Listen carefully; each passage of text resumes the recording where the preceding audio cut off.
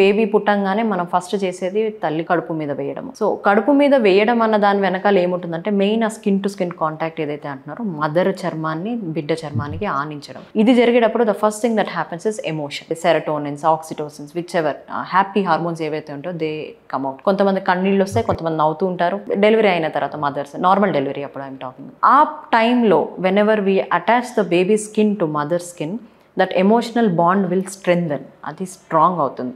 ఆ స్ట్రాంగ్ అయిన ప్రాసెస్లోనే మిల్క్ని ప్రొడక్షన్ చేసే హార్మోన్ ఏదైతే ఉంటుందో ఇంక్రీజ్ అవుతుంది. మిల్క్ లెట్ డౌన్ హార్మోన్ ఏదైతే ఉంటుందో, లెట్ డౌన్ అంటే బయటికి తీసుకొచ్చే హార్మోన్ ఏదైతే ఉంటుందో అది కూడా చాలా ఇంతలో 10 times 20 times పెరుగుతుంది.